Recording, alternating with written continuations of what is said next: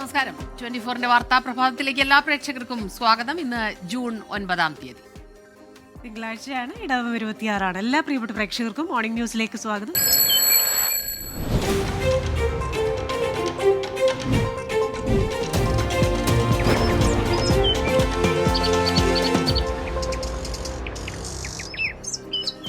Morning ന്യൂസിലേക്ക് എല്ലാ പ്രേക്ഷകർക്കും ഒരിക്കൽ കൂടി സ്വാഗതം.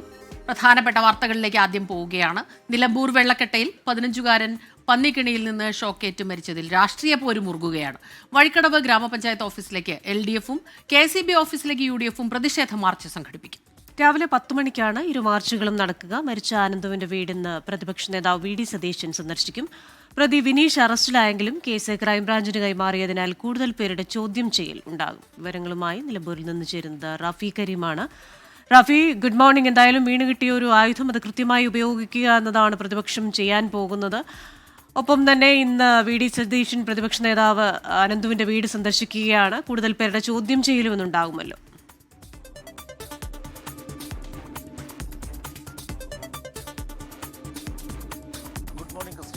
ഈ വെള്ളക്കെട്ടയിലെ അനന്തുവിന്റെ മരണവുമായി ബന്ധപ്പെട്ടുകൊണ്ട് ഇരു മുന്നണികളും രാഷ്ട്രീയ പോര് ശക്തമാക്കുകയാണ്. ഇരു മുന്നണികളും ഈ അനന്തുവിന്റെ മരണവുമായി ബന്ധപ്പെട്ട് ഉള്ള പ്രശ്നങ്ങൾ ചൂണ്ടിക്കാണിച്ചുകൊണ്ട് പരസ്പരം പ്രതിഷേധ മാർച്ചിനും ഒപ്പം തന്നെ വാക്പോരിനുമാണ് ഇപ്പോൾ കടന്നിരിക്കുന്നത്. അതിൽ പ്രതിഷേധ മാർച്ച് ഇന്ന് ആദ്യം പ്രഖ്യാപിച്ചത് LDF ആണ്. ഇന്നലെ വിജയരാഘവനാണ് പത്രസമ്മേളനം നടത്തി ഇതുമായി ബന്ധപ്പെട്ട് പഞ്ചായത്ത് അധികൃതർക്ക് വീഴ്ച സംഭവിച്ചിട്ടുണ്ട് എന്നുള്ളതും ഒപ്പം തന്നെ ഈ പ്രതിയും ഒപ്പം തന്നെ പ്രതിയെ സഹായിച്ച ആളുകളും UDF പ്രവർത്തകരാണ് എന്ന് ആരോപിച്ചുകൊണ്ടുമുള്ള ഒരു മാർച്ച് ഇന്നലെ തീരുമാനിച്ചത്. ഇതിന്റെ അടിസ്ഥാനത്തിലാണ് വെള്ളക്കെട്ട വഴിക്കടവ് പഞ്ചായത്ത് ഓഫീസിലേക്ക് LDF-ന്റെ പ്രതിഷേധ മാർച്ച് നടക്കുക. ഒപ്പം തന്നെ ഈ സംഭവവുമായി ബന്ധപ്പെട്ടുകൊണ്ട് KSEB-ക്ക് വീഴ്ച സംഭവിച്ചു എന്നുള്ളതാണ് കോൺഗ്രസിന്റെ ആരോപണം. നേരത്തെ തന്നെ ഈ കുടുംബം ഇതുമായി ബന്ധപ്പെട്ട് പ്രതികരണം നടത്തിയിരുന്നു. അതിൽ ഇത്തരത്തിലുള്ള വൈദ്യുതി മോഷണം നടക്കുന്നുണ്ട് എന്ന് KSEB-യെ അറിയിച്ചിട്ടും നടപടി ഉണ്ടായില്ല എന്നുള്ളതായിരുന്നു പറഞ്ഞിരുന്നത്. അതുകൊണ്ട് തന്നെ ഇത്തരത്തിൽ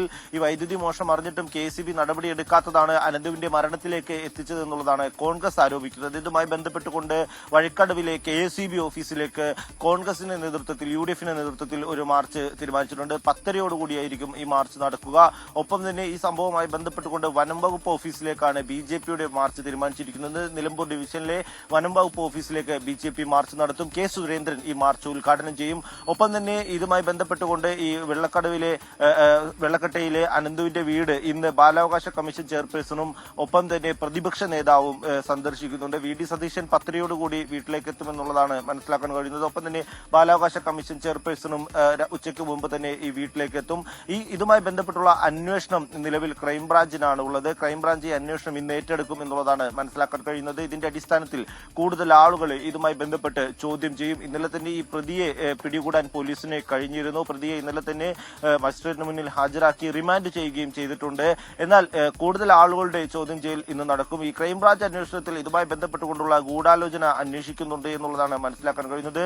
ഫോൺ വിവരങ്ങൾ അടക്കം ശേഖരിച്ചുകൊണ്ടുള്ള അന്വേഷണമായിരിക്കും ക്രൈംബ്രാഞ്ച് നടക്കുക. ഇന്നലെ തന്നെ വനം മന്ത്രിയും ഒപ്പം തന്നെ CPM സംസ്ഥാന സെക്രട്ടറിയും CPM-ന്റെ പോളിറ്റ് ബ്യൂറോ അംഗമായ വിജയരാഘവനും എല്ലാം ഇതുമായി ബന്ധപ്പെട്ടുള്ള ആരോപണങ്ങൾ ഉന്നയിച്ചിരുന്നു. ഇത് വനം മന്ത്രി ഇതിലെ വളരെ ശക്തമായ ഒരു ആരോപണമാണ് ഉന്നയിച്ചത്. ഈ ഉപതെരഞ്ഞെടുപ്പ് വേളയിൽ കോൺഗ്രസിന് വീണ് കിട്ടിയ ഒരു അവസരമായല്ല ഇതിനെ കാണുന്നത്, ഉണ്ടാക്കിയെടുത്തൊരു അവസരമായാണ് കാണുന്നത്. അതുമായി ബന്ധപ്പെട്ടുള്ള ഗൂഢാലോചന നടന്നിട്ടുണ്ട് എന്ന് സംശയിക്കുന്നു എന്നുള്ളതാണ് വനം മന്ത്രി ഇന്നലെ പറഞ്ഞത്. എന്നാൽ ഈ വനം മന്ത്രിയെ ഇന്നലെ പിന്തുണച്ചുകൊണ്ട് ഗോവിന്ദൻ മാസ്റ്ററും ഒപ്പം തന്നെ പോളിറ്റ് ബ്യൂറോ അംഗമായ വിജയരാഘവനും രംഗത്തെത്തിയിരുന്നു. വനം മന്ത്രിക്ക് അത്തരത്തിൽ സംശയിക്കുന്നതിനുള്ള കാരണങ്ങളുണ്ട് എന്നാണ് ഇരുവരും പറഞ്ഞത്. ഇതുമായി ബന്ധപ്പെട്ടുള്ള അന്വേഷണവും ക്രൈംബ്രാഞ്ച് നടത്തും. റഫി കരീമാണ് വിവരങ്ങളുമായി നമുക്കൊപ്പം ചേർന്നത്. എന്തായാലും രാഷ്ട്രീയ പോര് ഈ വിഷയവുമായി ബന്ധപ്പെട്ട് അതൊരു വശത്ത് കനക്കുകയാണ്. പക്ഷെ ഏറ്റവും പ്രധാനം ഇതിൽ ഈ ഒരു പ്രതി മാത്രമാണോ ഉള്ളത്, ഇതിന് പിന്നിൽ മറ്റാരെങ്കിലും ഉണ്ടോ? ഈ ഇരു മുന്നണികളും അല്ലെങ്കിൽ 3 മുന്നണികളും പറയുന്നത് പോലെ ഏതെങ്കിലും തരത്തിൽ ഇതിലൊരു രാഷ്ട്രീയ ഗൂഢാലോചന ഉണ്ടായിട്ടുണ്ടോ? പ്രത്യേകിച്ച് നിലമ്പൂരിൽ ഇപ്പോൾ തെരഞ്ഞെടുപ്പ് നടക്കുന്നത് കൊണ്ട് തന്നെ അത്തരത്തിൽ എന്തെങ്കിലും ഉണ്ടെങ്കിൽ അത് കണ്ടുപിടിക്കേണ്ടതുണ്ട്. ഒരു ജീവൻ പൊലിഞ്ഞു പോയി എന്നുള്ളത് തന്നെയാണ്. അപ്പം അതിന് കാരണക്കാർ ആരായാലും ഒരാളെപ്പോലും വെറുതെ വിടാൻ പാടില്ല. നിരപരാധികളെ ആരെയും അങ്ങനെ കേസിലൊന്നും കൊടുക്കേണ്ടതില്ല. പക്ഷേ ആരെങ്കിലും ഇതിൽ കുറ്റക്കാരാണെങ്കിൽ അവർക്കെതിരെ കർശനമായ നടപടി ഉണ്ടാകണം. അതിന് അന്വേഷണം കൃത്യമായി തന്നെ നടക്കണം. മറ്റു വാർത്തയിലേക്ക്. ഉപതെരഞ്ഞെടുപ്പിലെ ചൂടേറിയ പ്രചാരണങ്ങൾക്കിടയിൽ സ്നേഹത്തിന്റെയും വാത്സല്യത്തിന്റെയും ഒരു വേറിട്ട വേദി നിലമ്പൂരിൽ ഒരുങ്ങി.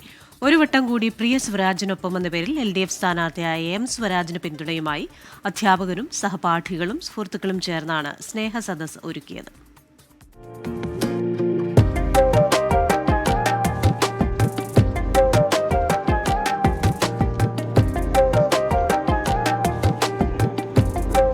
സ്വരാജ് 1ാം ക്ലാസ്സിൽ പഠിക്കാൻ വന്നപ്പോൾ തന്നെ ഞാൻ സ്കൂൾ ഹെഡ് മാസ്റ്ററാണ്. അത് കഴിഞ്ഞ് 2ാം ക്ലാസ്സിലായപ്പോൾ മുതൽ സ്വരാജ് സ്കൂളിൻ്റെ ലീഡറാണ്.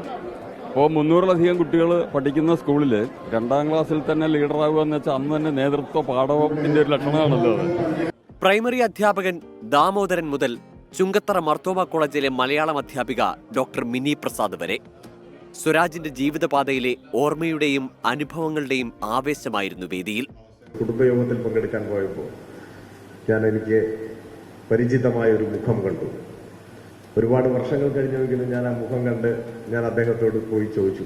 അപ്പോൾ നമ്മുടെ സുരേഷ് ബാബു മാഷായിരുന്നു എംപ്ലോയ്മെന്റ് എക്സ്ചേഞ്ചിൽ ഇവിടെ വന്നു. അപ്പോൾ അങ്ങനെയുള്ള പലരെയും പല ഗുരുക്കന്മാരെയും വീണ്ടും ഒരിക്കൽ കൂടി മുന്നിൽ കൊണ്ടുവന്നത് രാഷ്ട്രീയ പ്രവർത്തനവും തിരഞ്ഞെടുപ്പുമാണ് എന്നതും ഒരു സ്വകാര്യ ആഹ്ലാദമാണ്. പരിപാടി ഉദ്ഘാടനം ചെയ്ത എഴുത്തുകാരി KR മീര സ്വരാജിനെ കുറിച്ച് പറഞ്ഞത് ഇങ്ങനെ: എനിക്ക് വളരെ അഭിമാനം തോന്നിയത് ഈ കാലത്തും ഈ വിധത്തിലുള്ളൊരു രാഷ്ട്രീയ പ്രവർത്തനം കൊണ്ട് നിലനിൽക്കാമെന്ന് ബോധ്യപ്പെടുത്തുന്നത് സ്വരാജിനെ പോലെ ചില ചെറുപ്പക്കാർ മാത്രമാണ്. മലയാളം ക്ലാസ്സിലെ അധ്യാപിക ത്രേസി അമ്മ, വാക്യങ്ങൾ തിരുത്തിയ അധ്യാപകൻ MK ദിവാകരൻ, ഹാളിന്റെ പിറകിൽ ഒത്തിരി ചിരിച്ച സുഹൃത്തുക്കൾ, കോളേജ് ചർച്ചകളിൽ തർക്കിച്ച കൂട്ടുകാർ, ഒരൊറ്റ പേരിനൊപ്പം ഒട്ടനവധി ഓർമ്മകളായിരുന്നു ഈ വേദിയിൽ.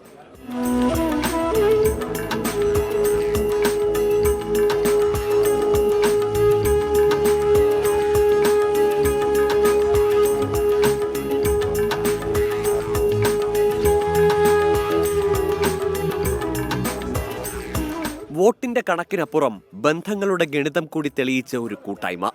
പ്രിയ സുഹൃത്ത് M സ്വരാജിനൊപ്പം ഒരിക്കൽ കൂടി അവർ ഒരുമിച്ചുകൂടി. ടീം 24 നിലമ്പൂർ.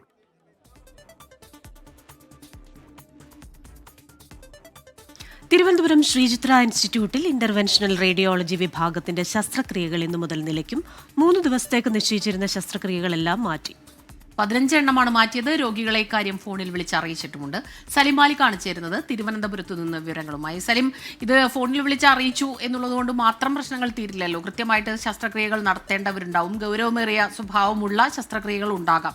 ഇതിപ്പോൾ ഈ ചർച്ച വിളിച്ചിരിക്കുന്നു എന്ന് പറയുന്നു, പിന്നീട് അത് ചർച്ചയില്ല എന്നറിയിക്കുന്നു. ഇത് മെഡിക്കൽ വിദഗ്ധർ ആരും തന്നെ ഇത് അറിഞ്ഞിട്ടില്ല എന്ന് പറയുന്നു. അപ്പോൾ ഇതിങ്ങനെ നീണ്ടുപോവുക തന്നെയാണോ? എന്തെങ്കിലും ഒരു പരിഹാരത്തിന് വഴി തെളിയുന്നുണ്ടോ?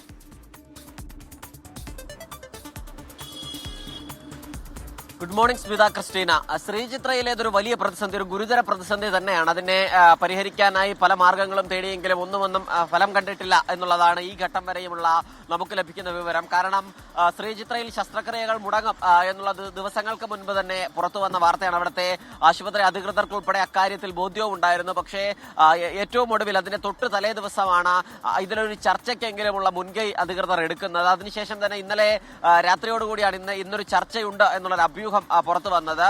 ശ്രീചിത്രയുടെ PRO തന്നെയാണ് ആദ്യം അക്കാര്യം അറിയിച്ചത്. പിന്നീട് അത് PRO തന്നെ നിഷേധിക്കുകയും ചെയ്തിരുന്നു. കാര്യം പല ഡോക്ടർമാരും ആ ചർച്ചയുമായി സഹകരിക്കാൻ തയ്യാറാവാത്തൊരു സാഹചര്യമുണ്ട്. കാരണം ശ്രീചിത്രയിലെ പ്രതിസന്ധി ഏതെങ്കിലും ഡോക്ടർമാർ സൃഷ്ടിച്ചതല്ല എന്നുള്ളത് തന്നെയാണ് അതിൽ ഏറ്റവും പ്രധാനപ്പെട്ട കാര്യം. കാരണം വർഷങ്ങളായി ഒരേ കമ്പനിയിൽ നിന്നാണ് ഒരേ പ്രത്യേക കരാർ പ്രകാരം അവിടെ ഈ ഓപ്പറേഷനുമായി ബന്ധപ്പെട്ടുള്ള സാധനങ്ങൾ വാങ്ങുന്നത്. പക്ഷേ കഴിഞ്ഞ തവണ തന്നെ അവർ നിരക്ക് കൂട്ടി ആവശ്യപ്പെടുകയും കരാർ പുതുക്കണമെന്ന് ആവശ്യപ്പെടുകയും ചെയ്തതാണ്. പക്ഷേ വർഷങ്ങളായുള്ള ബന്ധത്തിന്റെ പേരിൽ കൂടി തൽക്കാലം 1 കൊല്ലത്തെ കൂടി ഈ നിരക്കിൽ നൽകിയാൽ അടുത്ത തവണ മുതൽ കരാർ പുതുക്കാമെന്ന് പറഞ്ഞെങ്കിലും ഇത്തവണയും അത് പുതുക്കിയിട്ടില്ല. ഈ കരാർ കമ്പനിക്കാർ പറയുന്നത് ഈ സാമഗ്രികളുടെ വില വല്ലാതെ വർദ്ധിച്ചിട്ടുണ്ട്. അതുകൊണ്ട് തന്നെ ഈ നിരക്കിൽ സാധനങ്ങൾ ലഭ്യമാക്കുക നടക്കുന്ന കാര്യമല്ല എന്നുള്ളതാണ് അവർ പറയുന്നത്. അതുകൊണ്ട് തന്നെ അതിൽ കരാർ പുതുക്കാനാണ് അവർ ആവശ്യപ്പെടുന്നത്. പക്ഷേ കരാർ പുതുക്കാൻ തയ്യാറാകാത്തത് കൊണ്ട് തന്നെ നിലവിൽ വിതരണം ചെയ്ത സാധനങ്ങൾ ഉൾപ്പെടെ അവർ കരാർ കമ്പനിക്കാർ തിരികെ എടുത്തുകൊണ്ട് പോകുന്ന ഒരു സാഹചര്യമുണ്ട്. അത് വളരെ നേരത്തെ തന്നെ അറിയിച്ചതാണ്. കരാർ കമ്പനിക്കാരും ഏതെങ്കിലും വളരെ പെട്ടെന്നെടുത്ത തീരുമാനമല്ല, വളരെ പെട്ടെന്ന് സാധനങ്ങൾ തിരികെ എടുത്തതുമല്ല. അവരും വളരെ നാളായി ആവശ്യപ്പെടുകയാണ്. അതിൽ ഒരു അനുകൂലമായ നടപടി ഇല്ലാത്തതോടുകൂടിയാണ് ശ്രീചിത്രയിൽ ഈ വലിയ പ്രതിസന്ധി, ഗുരുതര പ്രതിസന്ധി ഉണ്ടാകുന്നത്. അതുകൊണ്ട് തന്നെ അധികൃതരുടെ ഭാഗത്തു നിന്നുണ്ടായ ഗുരുതര പിഴവ് ഇതുമായി ബന്ധപ്പെട്ടുണ്ട് എന്നുള്ള കാര്യത്തിൽ തർക്കമില്ല. കാരണം ഡോക്ടർമാരും ഇക്കാര്യത്തിൽ മുന്നറിയിപ്പ് നൽകിയതാണ്, കരാർ കമ്പനിക്കാരും മുന്നറിയിപ്പ് നൽകിയതാണ്. അതിനുശേഷം ഈ 9-ാം തീയതി മുതൽ, അതായത് ഇന്നു മുതൽ ശസ്ത്രക്രിയ മുടങ്ങുമെന്നുള്ള കാര്യവും നേരത്തെ തന്നെ അറിഞ്ഞതാണ്. പക്ഷേ ആ ഘട്ടത്തിലൊന്നും ഏതെങ്കിലും നിലയിലുള്ള ഇടപെടൽ നടത്താൻ അധികൃതരുടെ ഭാഗത്തു നിന്നൊരു നീക്കമുണ്ടായില്ല എന്നുള്ളതാണ്.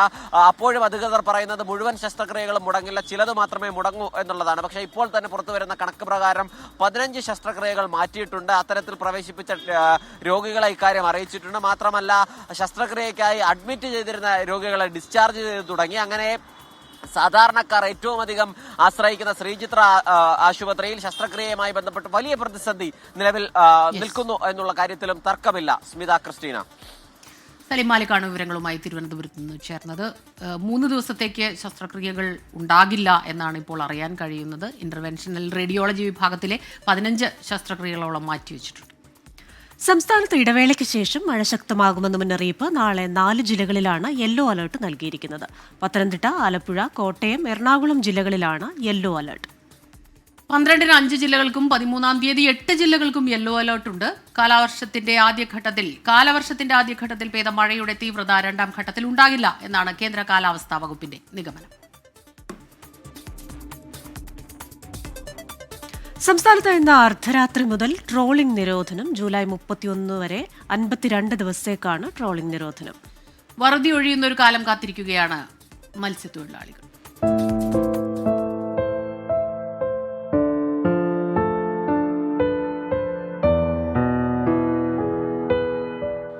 ഈ ബോട്ടുകളിൽ തീരമണയുന്നത് മത്സ്യങ്ങൾ മാത്രമല്ല, ഇനിയൊരു വറുതിക്കാലം എങ്ങനെ നീക്കുമെന്ന ആകുലതകൾ കൂടിയാണ്. പ്രതീക്ഷിച്ചതിനു മുന്നേ എത്തിയ കാലവർഷക്കലിയും കപ്പൽ മുങ്ങിയതുമായി ബന്ധപ്പെട്ടുണ്ടായ ബുദ്ധിമുട്ടുകളും മത്സ്യത്തൊഴിലാളികളെ കുറച്ചൊന്നുമല്ല വലച്ചത്. മത്സ്യ ലഭ്യത കുറവും, അതേപോലെ ഈ കപ്പൽ മുങ്ങിയതിൻ്റെ കുപ്രചരണങ്ങളും, പിന്നെ ഈ നമ്മളുടെ പ്രതികൂല കാലാവസ്ഥ അത് വളരെയധികം ദൂഷ്യം ചെയ്തിട്ടുണ്ട്. മത്സ്യസമ്പത്ത് സുസ്ഥിരമായി നിലനിർത്തുന്നതിനും ശാസ്ത്രീയ മത്സ്യബന്ധനം ഉറപ്പാക്കുന്നതിന്റെയും ഭാഗമായാണ് സംസ്ഥാനത്ത് ട്രോളിംഗ് നടപ്പിലാക്കുന്നത്. എന്നാൽ മത്സ്യത്തൊഴിലാളികളും അനുബന്ധ തൊഴിലാളികളുമടക്കം സംസ്ഥാനത്തെ 2 ലക്ഷത്തിലധികം പേരുടെ ജീവിതമാണ് ഇതോടെ ദുരിതത്തിലാകുന്നത്. നിരോധനം ബാധകമല്ലാത്ത പരമ്പരാഗത വള്ളങ്ങളെ തൊഴിലാളികൾ ആശ്രയിക്കുമെങ്കിലും തുച്ഛമായ വരുമാനമേ ലഭിക്കൂ. സർക്കാർ അനുവദിക്കുന്ന സൗജന്യ റേഷൻ ഒരാഴ്ചത്തേക്ക് പോലും തികയില്ല. അതിനാൽ തന്നെ സർക്കാരിന്റെ ഭാഗത്തു നിന്നുള്ള സാമ്പത്തിക പരിരക്ഷ കൂടിയേ തീരൂ. കേരളത്തിൽ 1988 മുതൽ ട്രോളിംഗ് നിരോധനം നടപ്പാക്കിയാണ്. ആദ്യം 45 47 ഇപ്പോൾ 52 ആക്കിയിരിക്കുന്നു. 60 ആക്കാമെന്നാണ് മേഴ്സിക്കുട്ടി ഞങ്ങൾ പറഞ്ഞത്. അടുത്ത വർഷം മുതൽ, കഴിഞ്ഞ 18 പറഞ്ഞത്. കപ്പൽ തകർന്നതുമായി ബന്ധപ്പെട്ട് സർക്കാർ പ്രഖ്യാപിച്ച തുകയും അപര്യാപ്തമാണെന്ന് സംസ്ഥാന മത്സ്യത്തൊഴിലാളി യൂണിയൻ പ്രസിഡന്റ് ചാൾസ് ജോർജ് പറഞ്ഞു. മത്സ്യമേഖലയ്ക്ക് വലിയ ഗുരുതരമായ നഷ്ടമുണ്ടായിരിക്കും. ഈ നഷ്ടം പരിഹരിച്ചേ പറ്റൂ. ഈ കേവലം 1000 രൂപയുടെ നക്കാപ്പ് ഞങ്ങൾക്ക് സ്വീകാര്യവുമല്ല. അത് ഞങ്ങൾ അംഗീകരിക്കുന്നില്ല. അതല്ല, അപ്പുറം ഇത്ര രൂപ 10 കോടി രൂപയിൽ വിഷയം ഒതുക്കി നിർത്താൻ ഗവൺമെന്റ് വിചാരിക്കുന്നത് അത് തെറ്റായ തീരുമാനമാണ്.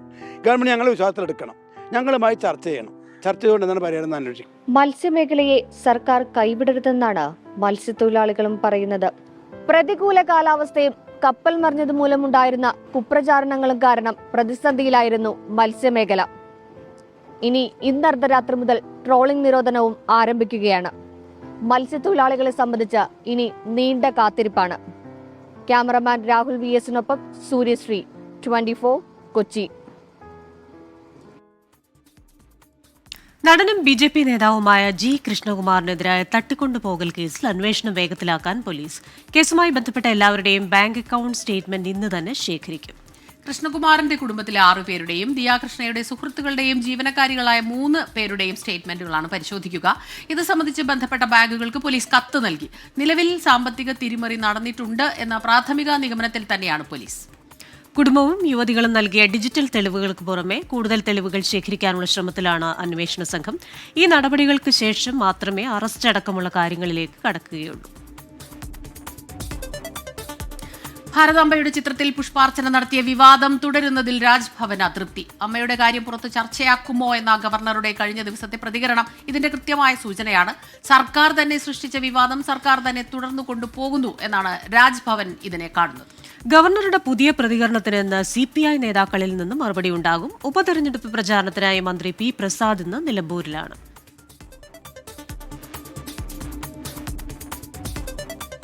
ഇനി ഇന്നത്തെ പ്രധാന അറിയിപ്പുകളിലേക്ക്. Kollam Chavara Sankaramangalam government higher secondary സ്കൂളിൽ അധ്യാപകരുടെ ഒഴിവ്. ഫിസിക്സ് വിഭാഗത്തിലാണ് ഒഴിവ്. അഭിമുഖം ഈ മാസം 16. കൊല്ലം പള്ളിമൺ ഗവൺമെന്റ് ഹയർ സെക്കൻഡറി സ്കൂളിൽ അധ്യാപക ഒഴിവ്. മാത്തമാറ്റിക്സ്, പൊളിറ്റിക്കൽ സയൻസ്, സോഷ്യോളജി വിഭാഗങ്ങളിലാണ് ഒഴിവ്. അടൂർ ഗവൺമെന്റ് പോളിടെക്നിക് കോളേജിൽ ട്രേഡ്സ്മാൻ തസ്തികയിലേക്ക് ഒഴിവ്. അഭിമുഖം ഈ മാസം 12. പത്തനംതിട്ട തുരുത്തിക്കാട് BMM കോളേജിൽ അധ്യാപക ഒഴിവ്. ഹിസ്റ്ററി വിഭാഗത്തിലേക്ക്. അഭിമുഖം ബുധനാഴ്ച. ആലപ്പുഴ പുറക്കാട് ഗവൺമെന്റ് ITI പ്രവേശനത്തിന് അപേക്ഷ ക്ഷണിക്കുന്നു. അപേക്ഷിക്കാനുള്ള അവസാന തീയതി ഈ മാസം 20-ാം തീയതി.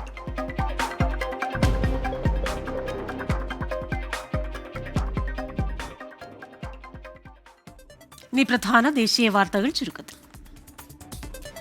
മണിപ്പൂർ കലാപവുമായി ബന്ധപ്പെട്ട് ആരംബായ് തെങ്കോൽ നേതാവ് അറസ്റ്റിലായതിനെ തുടർന്ന് സംസ്ഥാനത്ത് വ്യാപക അക്രമം. ശനിയാഴ്ച ഇംഫാൽ വിമാനത്താവളത്തിൽ നിന്നാണ് കനൻ സിംഗിനെയും 5 പേരെയും NIA അറസ്റ്റ് ചെയ്തത്. ഇവരെ മോചിപ്പിക്കണമെന്നാവശ്യപ്പെട്ട് മൈത്തൈ വിഭാഗക്കാർ തെരുവിലിറങ്ങിയതോടെ രാഷ്ട്രപതി ഭരണത്തിലുള്ള മണിപ്പൂരിൽ സ്ഥിതി കലുഷിതമായി.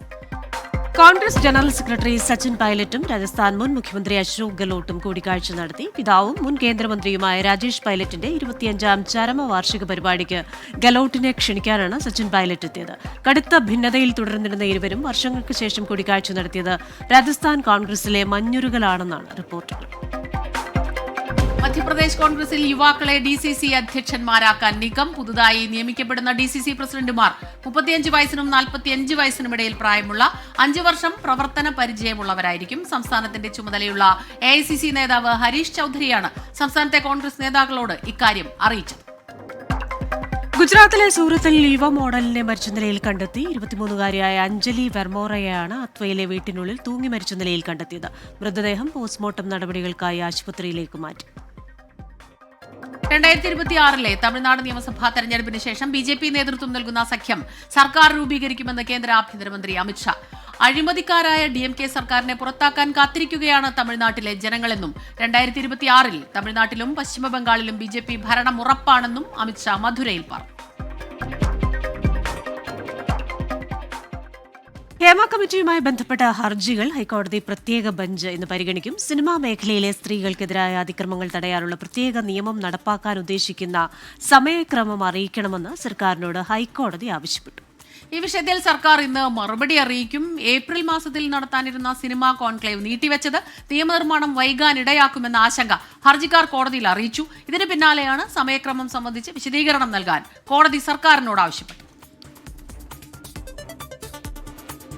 നടൻ ഷൈൻ ടോം ചാക്കോയുടെ പിതാവ് CP ചാക്കോയുടെ സംസ്കാരം ഇന്ന് തൃശൂർ മുണ്ടൂർ പരികർമ്മല മാതാ പള്ളിയിൽ രാവിലെ 10:30-ക്കാണ് സംസ്കാര ചടങ്ങുകൾ.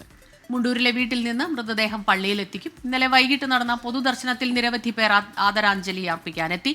തമിഴ്നാട്ടിലുണ്ടായ വാഹനാപകടത്തിലാണ് CP ചാക്കോ മരിച്ചത്. അപകടത്തിൽ പരിക്കേറ്റ ഷൈൻ ടോം ചാക്കോയും അമ്മയും ചികിത്സയിലാണ്. സംസ്കാര ചടങ്ങുകളിൽ പങ്കെടുക്കാനായി ഷൈനിനെയും അമ്മയെയും വീട്ടിലെത്തിക്കും. ഇടുക്കി ചെല്ലാർകോവിൽ മെട്ടിൽ ഏലത്തോട്ടത്തിലെ കുഴിയിൽ വീണതിനെ തുടർന്ന് വനം വകുപ്പ് മയക്കുവെടി വെച്ച് പിടികൂടിയ കടുവയെ പെരിയാർ കടുവാ സങ്കേതത്തിൽ തുറന്നുവിട്ടു. ഗവിക്ക് സമീപമുള്ള പാണ്ഡ്യൻതോട് എന്ന ഭാഗത്താണ് രാത്രി തുറന്നുവിട്ടത്. കടുവകളുടെ സാന്നിധ്യം കുറഞ്ഞ വനമേഖലയായതിനാലാണ് ഇവിടം തെരഞ്ഞെടുത്തത്. മയക്കുവെടി വെച്ച് പിടികൂടി തേക്കടിയിലെത്തിച്ച കടുവയ്ക്ക് പരിശോധനകൾക്ക് ശേഷം ആവശ്യമായ ചികിത്സ നൽകിയിരുന്നു. മുഖത്ത് തറച്ചിരുന്ന മുള്ളൻ പന്നിയുടെ മുള്ളും നീക്കം ചെയ്തു. നായയും ഒപ്പമുണ്ടായിരുന്നതിനാൽ പേവിഷബാധയ്ക്കുള്ള പ്രതിരോധ കുത്തിവയ്പും നൽകിയിട്ടുണ്ട്. വന്യമൃഗ ഭീതി ഒഴിയാതെ എറണാകുളം ജില്ലയുടെ കിഴക്കൻ മേഖല കാട്ടാനശല്യത്തിനു പുറമെ പുലി അടക്കമുള്ള ജീവികളുടെ സാന്നിധ്യവും പ്രദേശത്ത് വർദ്ധിച്ചു വരുന്നു. കഴിഞ്ഞ ഒരു മാസത്തിനിടെ 5 വളർത്തുനായകളെയാണ് പുലി കൊന്നത്.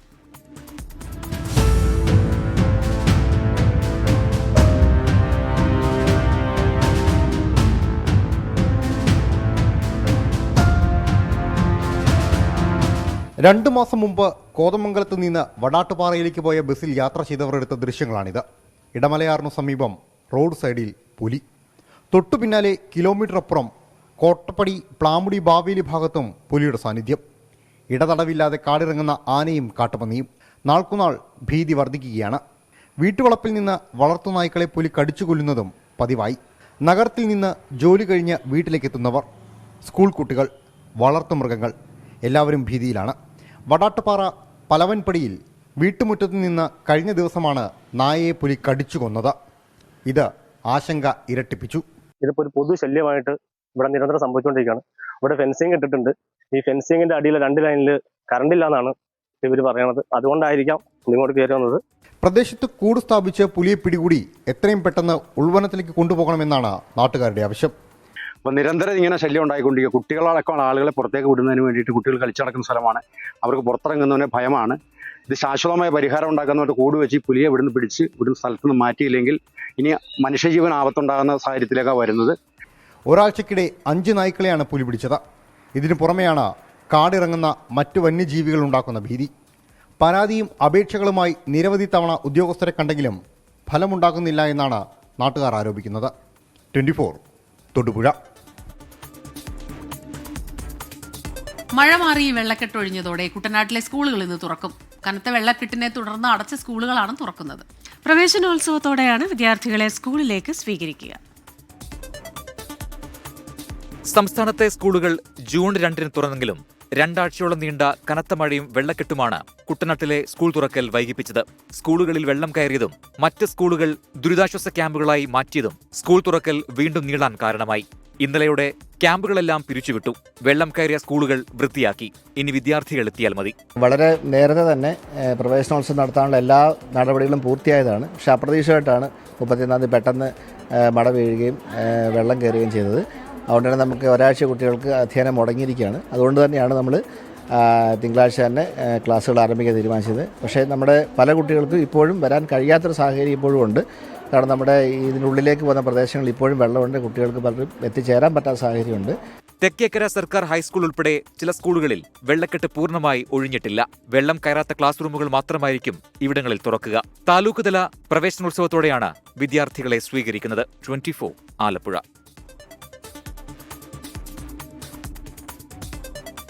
കോതമംഗലം മാമലക്കണ്ടത്ത് വാക്കുതർക്കത്തെ തുടർന്ന് കുടുംബത്തെ ജീപ്പ് പിടിച്ച് ഭയപ്പെടുത്താൻ ശ്രമിച്ച സംഭവത്തിൽ പ്രതിക്കായി തെരച്ചിൽ ഊർജിതമാക്കി പോലീസ്. സംഭവശേഷം പ്രതിയായ കുഞ്ഞനെന്ന രതീഷ് അടിമാലി ഭാഗത്തേക്ക് പോയെന്നാണ് സാക്ഷികൾ നൽകിയ മൊഴി. ഓഫ് റോഡ് റൈഡിംഗുമായി ബന്ധപ്പെട്ട് കേരള തമിഴ്നാട് അതിർത്തിയിലും ഇയാൾക്ക് സൗഹൃദങ്ങളുണ്ട്. പ്രതി തമിഴ്നാട്ടിലേക്ക് കടന്നിട്ടുണ്ടോ എന്നും പോലീസ് സംശയിക്കുന്നു. സംഭവത്തിൽ പരിക്കേറ്റ വിനോദ് കോതമംഗലം താലൂക്ക് ആശുപത്രിയിൽ ചികിത്സയിൽ തുടരുന്നു. ഇനി രാജ്യാന്തര വാർത്തകൾ ചുരുക്കത്തിൽ. യുഎസിലെ ലോസ് ആഞ്ചലസിൽ അനധികൃത കുടിയേറ്റക്കാർക്കായി തുടരുന്ന റെയ്ഡിനെതിരെ പ്രതിഷേധം ശക്തമായതോടെ പട്ടാളത്തെ വിന്യസിപ്പിച്ച ട്രംപ്. ആദ്യഘട്ടത്തിൽ 2000 നാഷണൽ ഗാർഡ് പട്ടാളക്കാരെയാണ് സേവനത്തിന് വിന്യസിച്ചത്. ലോസ് ആഞ്ചലസിൽ ജനസംഖ്യയിലേറെയും ഹിസ്പാനിക്കുകളും മറ്റ് രാജ്യങ്ങളിൽ വേരുകൾ ഉള്ളവരുമാണ്. ഇന്ധനം പൂർണ്ണമായി നിഷേധിക്കുന്നത് തുടർന്നാൽ ഗസയിലെ ആശുപത്രികൾ ശ്മശാനമായി മാറുമെന്ന മുന്നറിയിപ്പുമായി ഗസ ആരോഗ്യ മന്ത്രാലയം.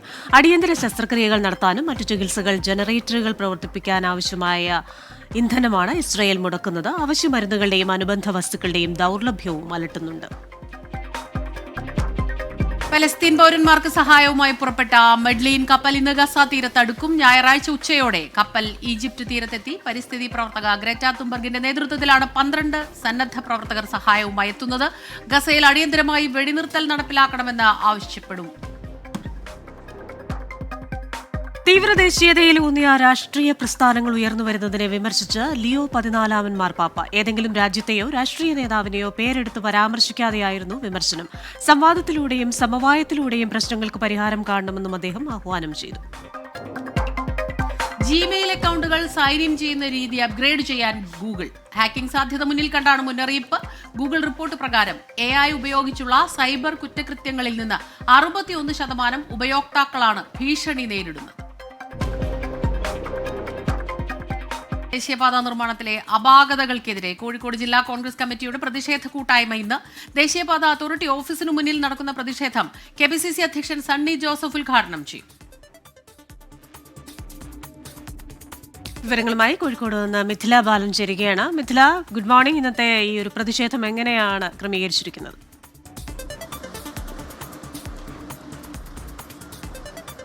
Good morning Christina, Smitha.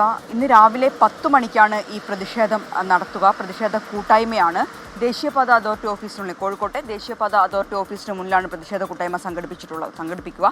KPCC അധ്യക്ഷൻ സണ്ണി ജോസഫ് ഈ പ്രതിഷേധം ഉദ്ഘാടനം ചെയ്യും. നമുക്കറിയാം, കോഴിക്കോട് ജില്ലയിലും ഇതിനകം തന്നെ ദേശീയപാത നിർമ്മാണത്തിലെ അപാകതയ്ക്കെതിരെ ജനങ്ങൾ രംഗത്തെത്തിയിട്ടുണ്ട്. കഴിഞ്ഞ ദിവസം തന്നെ മലാപ്പറമ്പിൽ ദേശീയപാത നിർമ്മാണത്തിലെ അപാകതയല്ല, പക്ഷേ ദേശീയപാത നിർമ്മാണത്തിനായി എടുക്കുന്ന മണ്ണ് മറ്റൊരു തണ്ണീർത്തടത്തിൽ കൊണ്ടുപോയി ഇടുന്നു എന്ന് പറഞ്ഞിട്ട് കഴിഞ്ഞ ദിവസം പ്രതിഷേധമുണ്ടായിരുന്നു. ഇത്തരത്തിൽ വടകരയിലുമൊക്കെ വലിയ വലിയ പ്രശ്നങ്ങൾ, ഈ ദേശീയപാത നിർമ്മാണത്തിൽ മണ്ണിടിച്ചിൽ ഉൾപ്പെടെ പ്രശ്നങ്ങളുണ്ട്. ആ പ്രശ്നങ്ങളൊന്നും പരിഹരിക്കപ്പെടുന്നില്ല എന്നാരോപിച്ചാണ് ഇത്തരത്തിലൊരു പ്രതിഷേധ കൂട്ടായ്മ സംഘടിപ്പിക്കുന്നത്. രാവിലെ 10 മണിക്ക് സണ്ണി ജോസഫ് ഈ പ്രതിഷേധ കൂട്ടായ്മ ഉദ്ഘാടനം ചെയ്യും. ക്രിസ്റ്റീന കോഴിക്കോട് നിന്ന് വിശദാംശങ്ങൾ നൽകിയത്. സംസ്ഥാനത്ത് ഇടവേളയ്ക്ക് ശേഷം മഴ ശക്തമാകുമെന്ന മുന്നറിയിപ്പുണ്ട്. നാളെ 4 ജില്ലകളിൽ യെല്ലോ അലർട്ട് പ്രഖ്യാപിച്ചിട്ടുണ്ട്. പത്തനംതിട്ട, ആലപ്പുഴ, കോട്ടയം, എറണാകുളം ജില്ലകളിലാണ് യെല്ലോ അലർട്ട്. കാലവർഷത്തിന്റെ ആദ്യഘട്ടത്തിൽ പെയ്ത മഴയുടെ തീവ്രത 2ാം ഘട്ടത്തിൽ ഉണ്ടാകില്ലെന്നാണ് കേന്ദ്ര കാലാവസ്ഥാ വകുപ്പിന്റെ നിഗമനം. വിവരങ്ങളുമായി അമൽ സുരേന്ദ്രനാണ് ചേരുന്നത്. അമൽ, ഗുഡ് മോർണിംഗ്. അപ്പോൾ ആ ഒരു ഫസ്റ്റ് സ്പെൽ, ആദ്യഘട്ടം കഴിഞ്ഞു. ആദ്യഘട്ടം വളരെ തീവ്രമായിരുന്നു. ഇനി അടുത്ത ഘട്ടത്തിൽ അത്രയും മഴയുടെ ഒരു തീവ്രത ഉണ്ടാകില്ലെന്നാണല്ലോ പ്രവചനം.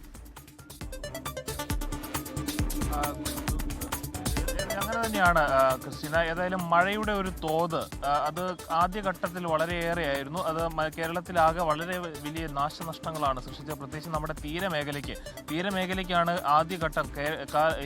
കാലാവസ്ഥാ മാറ്റത്തിനുണ്ടാകുന്ന കാരണം എല്ലാം തീരമേഖലയാണ് അതിഗാഠമായിട്ട് ബാധിച്ചത്. ഏതായാലും മൺസൂണിന്റെ ഒരു വരവ് കേരള തീരത്ത് തൊട്ടതോടുകൂടി വളരെയധികം ദുരിതങ്ങൾ അനുഭവിക്കുന്നുണ്ട്. തീരമേഖലയിൽ മാത്രമല്ല, മലയോര മേഖലയിലും വലിയ നാശനഷ്ടങ്ങൾ ഉണ്ടായിരുന്നു. ഏതായാലും ഒരു ചെറിയ ഇടവേളയ്ക്ക് മഴയ്ക്ക് മാറി നിന്നതിന് ശേഷം ഇപ്പോൾ വീണ്ടും കാലാവസ്ഥ പ്രക്ഷുബ്ധമാവുകയാണ് എന്നാണ് നമുക്ക് മനസ്സിലാക്കാൻ സാധിക്കുന്നത്. മൺസൂണിന്റെ 2ാം വരവാണ് ഉണ്ടാകുന്നത്. പക്ഷേ ആദ്യഘട്ടം പോലെ തന്നെ അത്രയും തീവ്രമായിട്ടുള്ളൊരു മഴ ഉണ്ടാകില്ല എന്നാണ് കാലാവസ്ഥാ വകുപ്പിന്റെ പ്രവചനം. ഏതായാലും നാളെ 4 ജില്ലകളിൽ, എറണാകുളം, കോട്ടയം പത്തനംതിട്ട അടക്കമുള്ള 4 ജില്ലകളിൽ നാളെ യെല്ലോ അലർട്ടാണ്. അതിനുശേഷം 12ാം തീയതി പല ജില്ലകളിലും റെഡ് അലർട്ടിനുള്ള സാധ്യത നിലനിൽക്കുന്നുണ്ട്. പക്ഷേ നമുക്കറിയാവുന്നതാണ്, അത്ര ജാഗ്രത പുലർത്തുമ്പോൾ തന്നെയും ഒട്ടും ഭയപ്പെടേണ്ട കാര്യമില്ല എന്നാണ് കാലാവസ്ഥാ വകുപ്പിന്റെ ഭാഗത്തു നിന്ന് ഉള്ള മുന്നറിയിപ്പ്. വിൻഡി പോലെയുള്ള സോഫ്റ്റ്വെയറുകളിൽ, കാലാവസ്ഥാ പ്രവചന സോഫ്റ്റ്വെയറുകളെല്ലാം നോക്കുമ്പോൾ നമുക്ക് മനസ്സിലാക്കുന്നത് മേഘാവൃതമായ ഒരു അന്തരീക്ഷമാണ് കാണാൻ സാധിക്കുന്നത്. അപ്പോൾ ശക്തമായൊരു മഴ ഉണ്ടാകും എന്ന് നമുക്ക് മനസ്സിലാക്കാം. പക്ഷേ അങ്ങനെ പ്രക്ഷുബ്ധമായ ഒരു കാലാവസ്ഥയോ അപ്രചോദിതമായിട്ടുള്ള ഒരു മഴയോ ഉണ്ടാകുമെന്ന് ഈ അവസരത്തിൽ പറയാൻ സാധിക്കില്ല. നല്ല കാറ്റോട് കൂടിയിട്ടുള്ള മഴയ്ക്ക് തന്നെയാണ് സാധ്യത. ഒറ്റപ്പെട്ട പ്രദേശങ്ങളിൽ ശക്തമായ, അല്ലെങ്കിൽ പ്രതീക്ഷിക്കുന്നതിലും തോതിൽ കൂടിയ മഴ ഉണ്ടാകാനുള്ള സാധ്യതയുമുണ്ട്. അതോടൊപ്പം തന്നെ കേരളത്തിന്റെ തീരപ്രദേശങ്ങൾ ജാഗ്രത പുലർത്തേണ്ടതും ഉണ്ട്. നമുക്കറിയാം, കള്ളക്കടൽ പ്രതിഭാസമെല്ലാം ഇപ്പോഴും നിലനിൽക്കുന്നത് തന്നെയാണ്. അതുകൊണ്ട് മത്സ്യബന്ധനത്തിനും മറ്റുമായി പോകുന്നവർ പ്രത്യേകം ജാഗ്രത പുലർത്തേണ്ടതുണ്ട്. മലയോര മേഖലകളിൽ കാറ്റാണ് ഒരു ഭീഷണി. അത് മരങ്ങൾക്കും കൃഷിക്കുമെല്ലാം നാശമുണ്ടാകാനുള്ള സാധ്യതയുമുണ്ട്. ക്രിസ്റ്റീന. ശരി, അമൽ സുരേന്ദ്രനാണ് കൊച്ചിയിൽ നിന്ന് കാലാവസ്ഥയുമായി ബന്ധപ്പെട്ട വിശദാംശങ്ങൾ നൽകിയത്. ലോകത്തെ ഏറ്റവും വലിയ കണ്ടെയ്നർ കപ്പലായ MSC ഐറീന ഇന്ന് വിഴിഞ്ഞം തുറമുഖത്ത് ബർത്ത് ചെയ്യും. രാവിലെ 8 മണിയോടെയാണ് ബർത്തിംഗ്. തൃശൂർ സ്വദേശിയായ ക്യാപ്റ്റൻ വില്ലി ആന്റണിയാണ് MSC ഐറീനയുടെ ക്യാപ്റ്റൻ. മെഡിറ്ററേനിയൻ ഷിപ്പിംഗ് കമ്പനിയുടെ ഐറീന സീരീസിലുള്ള കപ്പലുകളാണ് ലോകത്തെ ഏറ്റവും വലിയ കണ്ടെയ്നർ കപ്പലുകൾ. ഇതേ സീരീസിലുള്ള MSC തുർക്കിയും മിഷേൽ കപ്പലീനയും നേരത്തെ തന്നെ വിഴിഞ്ഞം തുറമുഖത്തെത്തിയിരുന്നു. 400 മീറ്റർ നീളവും 61 മീറ്റർ വീതിയുമുണ്ട് MSC ഐറീനയ്ക്ക്. 24,346 TEU ആണ് ഐറീനയുടെ ശേഷി. സൗത്ത് ഏഷ്യൻ തുറമുഖങ്ങളിൽ ഐറീന എത്തുന്നത് ഇതാദ്യമായാണ്. ചെറുപ്പം മുതൽ മലയാളം മീഡിയത്തിൽ പഠിച്ചു വളർന്ന എറണാകുളം കടുങ്ങല്ലൂർ സ്വദേശി ദേവിക ഇന്ന് യൂറോപ്യൻ ജിയോ സയൻസ് യൂണിയന്റെ ജനറൽ അസംബ്ലിയിൽ അംഗീകരിക്കപ്പെട്ടിരിക്കുന്നു. നമ്മുടെ പൊതുവിദ്യാഭ്യാസ നയത്തിന്റെ ശക്തി തെളിയിച്ച യുവശാസ്ത്രജ്ഞ കുസാറ്റിൽ കാലാവസ്ഥാ മാറ്റങ്ങളെക്കുറിച്ച് ഗവേഷണം നടത്തുകയാണിപ്പോൾ. ഇന്നും ഈ പുലർകാല സൂര്യകിരണങ്ങളൻ ഇന്ദ്രിയങ്ങൾ തൊട്ടുണർത്തുന്നിതാ, വീണ്ടും ഈ ഇരുളാണ്ട ജീവിത ചിത്രമെൻ വീക്ഷണങ്ങൾക്കിന്നും അണിനിരക്കേ. വേണ്ടിനിയും ഈ നഷ്ട സൗഭാഗ്യങ്ങൾ, വേണ്ടുവോളം വന്ന ദീന ദുഃഖങ്ങളും.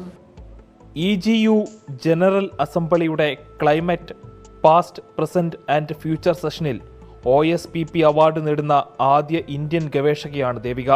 ഓസ്ട്രിയയിൽ നടന്ന സമ്മേളനത്തിൽ upper tropospheric humidity and cloud radiative forcing a tropical perspective എന്ന വിഷയത്തിൽ ദേവിക തയ്യാറാക്കിയ പോസ്റ്ററാണ് അംഗീകാരത്തിന് അർഹമായത്. ഇന്ത്യയിലെ ഇൻ്റർനാഷണൽ കോൺഫറൻസുകൾ അറ്റൻഡ് ചെയ്തിട്ടുണ്ടെങ്കിലും ആദ്യമായിട്ടാണ് പുറത്തു പോയി ഒരു ഇൻ്റർനാഷണൽ കോൺഫറൻസ് അറ്റൻഡ് ചെയ്തത്. അപ്പോൾ അതിനുശേഷം നമുക്ക് റിസൾട്ടൊന്നും അറിയില്ല. അവിടുത്തെ വാല്യുവേഷന് ശേഷം ഒരു 3 ആഴ്ച ഓൺലൈൻ വാല്യുവേഷനും കൂടി കഴിഞ്ഞിട്ടാണ് റിസൾട്ട് ഇപ്പോൾ വന്നിട്ടുള്ളത്. ചെറുപ്പം മുതൽ മലയാളം മീഡിയത്തിൽ പഠിച്ച് ശാസ്ത്രത്തിലും സാഹിത്യത്തിലും ഒരേപോലെ താല്പര്യം പ്രകടിപ്പിച്ച് വിജയത്തിൻ്റെ പടവുകൾ ഓരോന്നായി ദേവിക താണ്ടി. വളരെയധികം അഭിമാനമുണ്ട്, സന്തോഷമുണ്ട്. അപ്പോൾ നമ്മൾ മാതൃഭാഷയിലെ പഠനം അവർക്കിത് ഒരു അടിയുറച്ച രീതിയിൽ കൊണ്ടുപോകാൻ സാധിക്കും. ഭാഷയൊന്നിനൊരു പ്രശ്നമല്ല. എന്താ പറയണ്ടേ, സന്തോഷം ഓരോ ദിവസം കഴിയും തോറുമാണ് സന്തോഷം ഇരട്ടിച്ചിരട്ടിച്ച് വരുന്നു. ആദ്യം കേട്ടപ്പോൾ ഒരു ഷോക്കിംഗ് ന്യൂസ് പോലെ ആയിപ്പോയി. ഇത്രയും പേര് പങ്കെടുത്ത ഇതിൽ അവാർഡ് കിട്ടുക. ചെറുപ്പകാലം തൊട്ട് തന്നെയും സഹോദരനെയും നക്ഷത്രങ്ങൾ കാട്ടി ശാസ്ത്രത്തിന്റെ വിശാല ലോകം പഠിപ്പിച്ചു തന്നത് അച്ഛനാണെന്ന് ദേവിക. കേരളം നേരിടുന്ന മൺസൂൺ കാല പ്രശ്നങ്ങൾ ദേവികയുടെ പഠനത്തിന്റെ ഭാഗമാണ്. നിലവിൽ കുസാറ്റിലെ ഡോക്ടർ അജിൽ കോട്ടയിൽ, ജർമ്മനിയിലെ ഡോക്ടർ വിജു ഓജോൺ എന്നിവരുടെ കീഴിലാണ് ദേവികയുടെ ഗവേഷണം. കുട്ടിക്കാലം മുതൽ മലയാളം മീഡിയത്തിൽ പഠിച്ച് ആഗോള വേദികളിൽ തന്നെ നമ്മുടെ ശാസ്ത്രാവബോധത്തിന്റെ കരുത്ത് തെളിയിച്ചിരിക്കുകയാണ് ദേവിക. കാലാവസ്ഥ പഠനത്തിൽ പുത്തൻ കണ്ടെത്തലുകൾ ദേവികയിൽ നിന്നുണ്ടാകട്ടെ എന്ന പ്രതീക്ഷയോടെ ക്യാമറാമാൻ അനുവിനൊപ്പം അമൽ സുരേന്ദ്രൻ, 24 കൊച്ചി. ഇനി ചില ബിസിനസ് വാർത്തകൾ ചുരുക്കത്തിൽ. ഇന്ത്യൻ വിപണികളിൽ ഊർജ്ജ ഓഹരികൾക്ക് പ്രാധാന്യം കൂടുന്നു. പുനരുപയോഗ മേഖലയ്ക്ക് സർക്കാർ നൽകുന്ന മുൻഗണനയും വർദ്ധിച്ചു വരുന്ന ആവശ്യകതയുമാണ് പ്രധാന കാരണം. ഇന്ത്യൻ വ്യവസായി അനിൽ അഗർവാൾ വജ്ര ബിസിനസ്സിലേക്കും കടക്കുന്നു. ഡിബിയേഴ്സിനെ ഏറ്റെടുക്കാനാണ് അനിൽ അഗർവാളിന്റെ നീക്കം. ഇന്ത്യൻ നിക്ഷേപകരെ സംബന്ധിച്ച് നീക്കം നിർണായകമാണ്. ഇന്ത്യയിലേക്കുള്ള റഷ്യൻ എണ്ണ ഇറക്കുമതിയിൽ വൻ കുതിപ്പ്. മെയ് മാസത്തിൽ ഇന്ത്യ പ്രതിദിനം ശരാശരി 1.96 ദശലക്ഷം ബാരൽ റഷ്യൻ ക്രൂഡ് ഓയിൽ ഇറക്കുമതി ചെയ്തെന്ന് വിപണി നിരീക്ഷകരായ കെപ്ലർ വ്യക്തമാക്കി. ഇത് 10 മാസത്തിനിടയിൽ ഏറ്റവും ഉയർന്ന നിരക്കാണ്. രാജ്യത്ത് കോവിഡ് വ്യാപനം രൂക്ഷമാവുകയാണ്. ആക്റ്റീവ് കേസുകൾ 6000 കടന്നു. കഴിഞ്ഞ ദിവസം രാജ്യത്ത് 6 കോവിഡ് മരണമാണ് റിപ്പോർട്ട് ചെയ്തത്. ഇതിൽ 3 കേരളത്തിലായിരുന്നു. കേരളത്തിലെ ആക്റ്റീവ് കേസുകളുടെ എണ്ണം 2000-ലേക്ക് അടുത്തു. ഒറ്റ ദിവസം കൊണ്ട് കൂടുതൽ കേസുകൾ റിപ്പോർട്ട് ചെയ്തത് കേരളത്തിലും ഗുജറാത്തിലുമാണ്.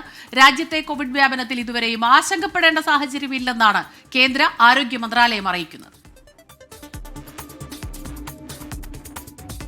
കൊച്ചിയിൽ ഗുണ്ടകൾ തമ്മിൽ ഏറ്റുമുട്ടിയതിൽ കേസെടുത്ത പോലീസ്. തമ്മനം ഫൈസൽ, ഭായ് നസീർ അടക്കം കണ്ടാലറിയുന്ന 10 പേർക്കെതിരെയാണ് കേസെടുത്തത്. വിഷ്ണു സുരേഷ് ചേരുന്നുണ്ട് കൊച്ചിയിൽ നിന്ന് വിവരങ്ങളുമായി. വിഷ്ണു, ഇതിപ്പോ ഈ പല ജില്ലകളിലും ഇതൊരു വലിയ പ്രശ്നമായി, സാധാരണ പ്രശ്നമായി മാറിക്കൊണ്ടിരിക്കുകയാണ്. ഇതിപ്പോൾ ഈ തമ്മനം ഫൈസലും ഭായ് നസീറും ഉൾപ്പെടെ ഇവർക്കെതിരെ കേസെടുക്കുന്നു. എന്തെല്ലാം FIRൽ എന്താണ് പറയുന്നത്? ഇതൊന്ന് തടയാനായി, ഇത്തരം പ്രശ്നങ്ങൾ തടയാനായി എന്തെങ്കിലും നടപടികൾ ഉണ്ടാകുമോ?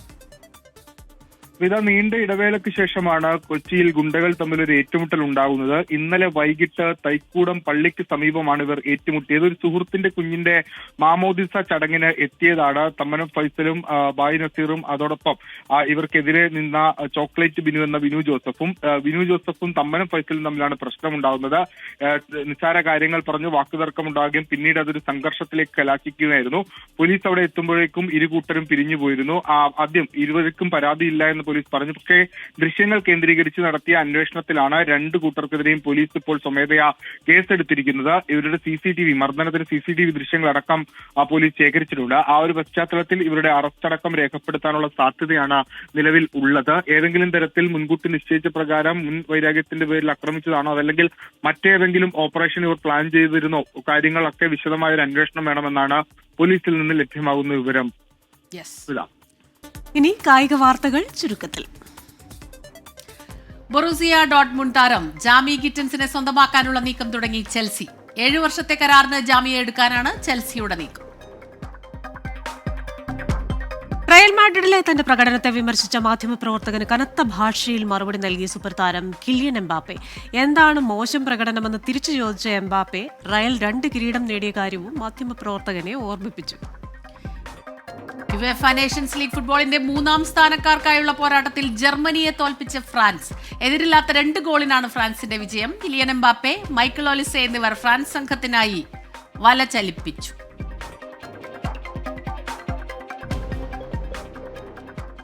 വഴിക്കടവിലെ വിദ്യാർത്ഥിയുടെ മരണത്തിൽ വിമർശനങ്ങൾക്ക് മറുപടിയുമായി കോൺഗ്രസ് നേതാവ് ജ്യോതികുമാർ ചാമക്കാല. CPIM വിമർശനവും സൈബർ ആക്രമണവും കണ്ട് ഭയക്കില്ല. വനമന്ത്രിയും CPIM നേതാക്കളും ഉന്നയിക്കുന്ന ആരോപണങ്ങൾ തെളിയിക്കട്ടെ, ധൈര്യമുണ്ടെങ്കിൽ മുഖ്യമന്ത്രി കേസെടുത്ത് അന്വേഷിക്കട്ടെ എന്നും ജ്യോതികുമാർ ചാമക്കാല 24-നോട് പറഞ്ഞു. റാഫി കരീം തയ്യാറാക്കിയ റിപ്പോർട്ടിലേക്ക്.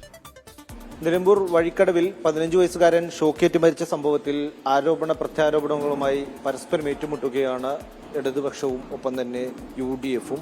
ഇപ്പോൾ നമ്മളോടൊപ്പം ഉള്ളത് ജ്യോതികുമാർ ചാമക്കാലയാണ്. താങ്കൾക്കെതിരെ വലിയ വിമർശനം CPM നേതൃത്വത്തിന്റെ ഭാഗത്ത് ഉയരുന്നുണ്ട്. ഇന്നലത്തെ പ്രതിഷേധവുമായി ബന്ധപ്പെട്ടുകൊണ്ട് ഗൂഢാലോചന സിദ്ധാന്തം വരെയും ആരോപിക്കപ്പെടുന്നുണ്ട് താങ്കൾക്കെതിരെ. ഗൂഢാലോചന സിദ്ധാന്തവും ഇത്തരത്തിലുള്ള പ്രതിഷേധവും കൈവച്ചിരുന്നാൽ മതി. പറഞ്ഞത് തന്നെയാണ്, ഇനിയും പറയും. ഇത്തരത്തിൽ സാധാരണക്കാരുടെ വിഷയങ്ങളുമായി ബന്ധപ്പെട്ട് പ്രതികരിക്കുക തന്നെ ചെയ്യും. അങ്ങനെ പ്രതികരിക്കുന്നതിന്റെ പിന്നിൽ ഗൂഢാലോചനയെന്നോ അല്ലെങ്കിൽ രാഷ്ട്രീയമായ തട്ടിപ്പെന്നോ ഒക്കെ പറഞ്ഞു കഴിഞ്ഞാൽ അത് ആവർത്തിക്കുക തന്നെ ചെയ്യും. അത് CPM അങ്ങനെ ഒന്നും ഉടുക്കൂട്ടിയൊന്നും പേടിപ്പിക്കേണ്ട. ധൈര്യമുണ്ടെങ്കിൽ മുഖ്യമന്ത്രി കേസെടുക്കട്ടെ, ആഭ്യന്തര വകുപ്പ് കേസെടുക്കട്ടെ, അന്വേഷിക്കട്ടെ. എന്ത് ഗൂഢാലോചനയാ? ഈ താങ്കളാണ് ഇന്നലെ നടന്ന പ്രതിഷേധത്തിന് മുൻനിരയിലുണ്ടായിരുന്നത്. ഇറച്ചി വിൽപ്പനക്കാരനെ പോലെ പെരുമാറുന്നു എന്നുള്ള തരത്തിലുള്ള വിമർശനങ്ങളാണ് താങ്കൾക്കെതിരെ ഉയരുന്നത്. എന്ത് പറഞ്ഞാലും ഒന്നുമില്ല. ഞാൻ നിന്നിട്ടുള്ളത് ആ കുടുംബത്തിന്റെ ഇത്തരത്തിൽ തുടർച്ചയായി വന്യജീവി ആക്രമണവും അനുബന്ധ പ്രശ്നങ്ങളും മൂലം ജീവൻ നഷ്ടപ്പെടുന്നവർക്ക് വേണ്ടിയാണ് ഞാൻ നിന്നിട്ടുള്ളത്. എന്നെ ഇറച്ചി വിൽപ്പനക്കാരനോ എന്തായാലും ഞാൻ പറയുന്നില്ല, മറ്റു കാര്യങ്ങളിലേക്കൊന്നും ഞാൻ തൽക്കാലം കിടക്കുന്നില്ല. പക്ഷേ ഒന്നുണ്ട്, ഇത്തരം സമരങ്ങൾ നടത്തേണ്ടി വന്നാൽ ഇനിയും നടത്തും. ഇത് ഞാൻ ഈ സമരത്തിന്റെ മുന്നിൽ നിന്നു എന്ന് മാത്രമേ ഉള്ളൂ. സാഹചര്യമൊക്കെ എനിക്കറിയാം. ഇന്നലെ പല കാരണങ്ങൾ കൊണ്ട് നേതാക്കന്മാരും ഇവിടെ ഉണ്ടായിരുന്നില്ല. ഈ ഒരു വിഷയം ഉണ്ടായി. സ്വാഭാവികമായി ഇടപെട്ടു. എൻ്റെ ഉത്തരവാദിത്വമാണ്. ഞാൻ പാർട്ടി നേതൃത്വത്തെ ആലോചിച്ചിട്ട് തന്നെ ഇടപെട്ടുള്ളത്. അങ്ങനെ ഇടപെടുമ്പോൾ അത് എന്നെ മാത്രം തെരഞ്ഞെടുപ്പിച്ച് ആക്രമിക്കട്ടെ. ഇതുപോലെ എത്രയോ സൈബർ ബുള്ളിങ് കണ്ടിട്ടുള്ളതാ. ഈ ആരോപണങ്ങൾ അർഹിക്കുന്ന അവജ്ഞയോടെ തള്ളിക്കളയുന്നു എന്ന് തന്നെയാണ് ജ്യോതികുമാർ ചാമക്കാല പ്രതികരിക്കുന്നത്. ക്യാമറ പേഴ്സൺ അതീഷിനൊപ്പം റാഫി കരീം, 24 നിലമ്പൂർ. ദേശീയപാത നിർമ്മാണത്തിലെ അപാകതകൾക്കെതിരെ കോഴിക്കോട് ജില്ലാ കോൺഗ്രസ് കമ്മിറ്റിയുടെ പ്രതിഷേധ കൂട്ടായ്മയും. ദേശീയപാത അതോറിറ്റി ഓഫീസിന് മുന്നിൽ നടക്കുന്ന പ്രതിഷേധം KPCC അധ്യക്ഷൻ സണ്ണി ജോസഫ് ഉദ്ഘാടനം ചെയ്യും. വിവരങ്ങളുമായി മിഥില ബാലൻ ചേരുകയാണ് കോഴിക്കോട് നിന്ന്. മിഥില, എപ്പോഴാണ് ഈ പ്രതിഷേധം? KPCC അധ്യക്ഷന്റെ നേതൃത്വത്തിലുള്ള സമരമുറയാണല്ലോ ഇപ്പോൾ ആരംഭിക്കാൻ പോകുന്നത്. ക്രിസ്റ്റീന, സ്മിത, രാവിലെ 10 മണിക്കാണ് ഈ പ്രതിഷേധ കൂട്ടായ്മ സംഘടിപ്പിച്ചിട്ടുള്ളത്. ദേശീയപാത നിർമ്മാണത്തിലെ അപാകത, അഴിമതി, കൊള്ള ഇതിനെല്ലാം എതിരെയാണ് ഇത്തരത്തിലുള്ള ഒരു പ്രതിഷേധ കൂട്ടായ്മയായി കോഴിക്കോട്ടെ കോൺഗ്രസ് നേതൃത്വം മുന്നോട്ട് വരുന്നത്. നമുക്കറിയാം, മറ്റ് ജില്ലകളിലേക്ക് സമാനമായി കോഴിക്കോട് ജില്ലയിലും ദേശീയപാത നിർമ്മാണത്തിൽ വലിയ രീതിയിലുള്ള അപാകത കണ്ടിട്ടുണ്ടായിരുന്നു. റോഡിൽ വിള്ളൽ കണ്ടിട്ടുണ്ടായിരുന്നു. എലത്തൂര്, ഒപ്പം തന്നെ വടകര, ദേശീയപാത നിർമ്മാണത്തിനായി മണ്ണെടുത്ത സ്ഥലങ്ങളിൽ വലിയ രീതിയിൽ ജനങ്ങൾ ഭീഷണി നേരിടുന്നത്. ഇത്തരത്തിലുള്ള പ്രശ്നങ്ങളെല്ലാം തന്നെ ഉയർത്തിക്കാട്ടിയാണ് കോൺഗ്രസ് നേതൃത്വം ഇത്തരത്തിലുള്ള ഒരു പ്രതിഷേധ കൂട്ടായ്മയായി മുന്നോട്ട് വരുന്നത്. മാത്രമല്ല, ജില്ലയിൽ ഈ ഒരു പ്രതിഷേധ ഒന്നുകൂടി ശക്തമാക്കുക എന്നൊരു മുന്നറിയിപ്പും അല്ലെങ്കിൽ അത്തരമൊരു ലക്ഷ്യവും KPCC അധ്യക്ഷനെ സംഘടിപ്പിച്ചുകൊണ്ടുള്ള ഈ ഒരു പ്രതിഷേധ കൂട്ടായ്മയ്ക്ക് പിന്നിലുണ്ട്. ജില്ലയിലെ മറ്റ് മുതിർന്ന കോൺഗ്രസ് നേതാക്കളും ഈ പ്രതിഷേധ കൂട്ടായ്മയുടെ ഭാഗമാകും. ക്രിസ്റ്റീന, സ്മിത. ശരി, കോഴിക്കോട് നിന്ന് വിശദാംശങ്ങൾ നൽകുകയായിരുന്നു മിഥില ബാലൻ. കൊച്ചി തീരത്ത് കപ്പൽ മുങ്ങിയ സംഭവത്തിൽ കമ്പനിക്കെതിരെ ഉടൻ ക്രിമിനൽ കേസ് എടുക്കേണ്ടതില്ലെന്ന് തീരുമാനം. നാശനഷ്ടങ്ങളുടെ തെളിവുകൾ ശേഖരിക്കുന്നതിനായിരിക്കണം നിലവിൽ പ്രാധാന്യം നൽകേണ്ടതെന്നും സർക്കാരിന്റെ തീരുമാനം. ഡൽഹിയിൽ നിന്ന് അച്യുതനാണ് വിശദാംശങ്ങളുമായി ചേരുന്നത്. Achuthan, very good morning. അപ്പോൾ ഈ ഒരു തീരുമാനത്തിന് പിന്നിൽ പ്രധാനമായ കാരണം നാശനഷ്ടങ്ങളുടെ തെളിവുകൾ പരമാവധി ശേഖരിക്കുക എന്നതാണോ? കൃഷ്ണ, സ്മിത, ഈ MSC എൽസ എന്ന കപ്പൽ മുങ്ങിയ സംഭവം നമുക്കറിയാം. കണ്ടെയ്നറുകളടക്കം ഇപ്പോഴും കേരള തീരത്തോട് അടിയുന്നൊരു സാഹചര്യമുണ്ട്. എന്തായാലും ആ സംഭവത്തിൽ ഉടനടി ഒരു ക്രിമിനൽ നടപടി അല്ലെങ്കിൽ ഒരു കേസ് ആ കമ്പനിക്കെതിരെ എടുക്കേണ്ടതില്ല എന്നതാണ് ഇപ്പോൾ തീരുമാനിച്ചിരിക്കുന്നത്. ഈ സംഭവത്തിന് പിന്നാലെ കഴിഞ്ഞ മാസം 29-ന് മുഖ്യമന്ത്രിയും ഡയറക്ടർ ജനറൽ ഓഫ് ഷിപ്പിങ്ങും ഒരു യോഗം ചേർന്നിരുന്നു. ആ യോഗത്തിലാണ് നിലവിൽ ഇത്തരമൊരു തീരുമാനം സ്വീകരിച്ചിരിക്കുന്നത്. അതിൽ പ്രധാനമായും ഈ തീരുമാനത്തിലേക്ക് എത്താനുള്ളൊരു കാരണം കപ്പലുണ്ടാക്കിയ നാശനഷ്ടങ്ങളുടെ തെളിവുകൾ ശേഖരിക്കുന്നതിന് ഒരു ഊന്നൽ നൽകണം. ഇത് ഇൻഷുറൻസ് ക്ലെയിമിന് സഹായകരമാകും എന്നതാണ് ഈ യോഗവുമായി ബന്ധപ്പെട്ട ചീഫ് സെക്രട്ടറി തയ്യാറാക്കിയ റിപ്പോർട്ടിൽ പറയുന്നത്. ആ റിപ്പോർട്ടിൻ്റെ വിശദാംശങ്ങളാണ് ഈ പുറത്തു വന്നിരിക്കുന്നത്. ഒപ്പം തന്നെ ഇതിൽ പറയുന്ന നിരവധി കാര്യങ്ങൾ, അതായത് ഈ കമ്പനിക്ക് വിഴിഞ്ഞം തുറമുഖവുമായി അല്ലെങ്കിൽ വിഴിഞ്ഞം തുറമുഖത്തിൻ്റെ ഒരു പ്രധാന ഇടപാടുകാരനാണ് ഈ കപ്പൽ കമ്പനി എന്ന് പറയുന്നത്.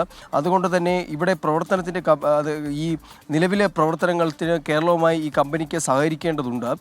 ഇൻഷുറൻസ് ഏജൻസി വഴി ക്ലെയിം തീർപ്പാക്കുന്നതിൽ കേരളവുമായി സഹകരിക്കേണ്ടത് കൂടി ഈ കമ്പനിയുടെ ആവശ്യമായാണ് കാണുന്നത്. അതുകൊണ്ട് തന്നെ ഈ തെളിവുകൾ നൽകുന്ന അല്ലെങ്കിൽ നാശനഷ്ടങ്ങളുടെ കണക്കുകൾ നൽകുന്നത് ഈ ഇൻഷുറൻസ് ക്ലെയിമിലൂടെ ആ തുക വീണ്ടെടുക്കാൻ കഴിയും എന്നാണ് പറയുന്നത്. പക്ഷേ അത് എത്രത്തോളം പ്രായോഗികമാണ് എന്നതാണ് ഇനി കാത്തിരിക്കേണ്ടത്. കാരണം ഈ ഉണ്ടായ നാശനഷ്ടങ്ങളുടെ, അതായത് ദീർഘനാൾ നീണ്ടു നിൽക്കുന്ന ഒരു പരിസ്ഥിതി ആഘാതം ഉൾപ്പെടെയുള്ള സാഹചര്യമുണ്ട്. അപ്പോൾ ഇത് ഈ ഇൻഷുറൻസ് ക്ലെയിമിലൂടെ ആ തുക, നഷ്ടപരിഹാര തുക വീണ്ടെടുക്കാൻ സാധിക്കുമോ എന്നതാണ് ഇതുമായി ബന്ധപ്പെട്ട ഉയരുന്ന ചോദ്യങ്ങൾ. മാത്രമല്ല, ഈ സംഭവം ഉണ്ടായതിന് പിന്നാലെ പ്രതിപക്ഷ പാർട്ടികളടക്കം ആവശ്യപ്പെട്ടതും ഈ കമ്പനിക്കെതിരെ ഒരു ക്രിമിനൽ നടപടി സ്വീകരിക്കണമെന്നതാണ്. പക്ഷേ അതിലിപ്പോൾ ഉടനടി ഒരു തീരുമാനത്തിലേക്ക് പോകേണ്ട എന്ന നിലപാടാണ് ഇപ്പോൾ സ്വീകരിച്ചിരിക്കുന്നത്. ക്രിസ്റ്റിന, സ്മിത. അച്യുതൻ, ഈ കേസെടുക്കേണ്ട എന്നുള്ള തീരുമാനം, പക്ഷേ അതിൽ അന്വേഷണം കർശനമായി തന്നെ മുന്നോട്ട് പോകേണ്ടതില്ലേ? ഇതിൽ ഏതെങ്കിലും തരത്തിലുള്ള വീഴ്ചകൾ ഈ കമ്പനിയുടെ ഭാഗത്തു നിന്നോ മറ്റോ വന്നിട്ടുണ്ടോ? ഇതിനിടയിൽ എവിടെയെങ്കിലും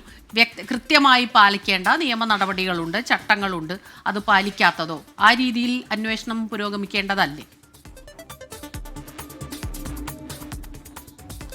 തീർച്ചയായിട്ടും സ്മിത, കാരണം ഈ കപ്പൽ മുങ്ങിയ സംഭവം ഇത് ഒരു സാധാരണ സംഭവം മാത്രമല്ല. ഈ ദീർഘനാൾ നീണ്ടു നിൽക്കുന്ന ഒരു പരിസ്ഥിതി പ്രശ്നം കൂടി ഇതുമായി ബന്ധപ്പെട്ട ഉണ്ടാകുന്നുണ്ട്. അതുകൊണ്ട് തന്നെ ഇത്തരത്തിൽ ഈ തത്തുല്യമായി ലഭിക്കേണ്ട നഷ്ടപരിഹാരം അത് ഈ ഇൻഷുറൻസ് ക്ലെയിമിലൂടെ ലഭിക്കുമോ എന്നതാണ് ഒരു ചോദ്യം. മറ്റൊന്ന്, ഈ കമ്പനിക്കെതിരെ നടപടി സ്വീകരിക്കാതിരുന്നു കഴിഞ്ഞാൽ അത് എന്ത് സന്ദേശമാണ് നൽകുന്നത് എന്നുള്ളത് മുൻപിലുണ്ട്. ഇതിനു മുൻപും ഇത്തരം കപ്പൽ കമ്പനിയുടെ ഭാഗത്തുനിന്ന് വീഴ്ചകൾ ഉണ്ടായപ്പോൾ മറ്റ് സംസ്ഥാനങ്ങളിൽ ഉടനടി കേസ് സ്വീകരിച്ച ഒരു പശ്ചാത്തലമുണ്ട്.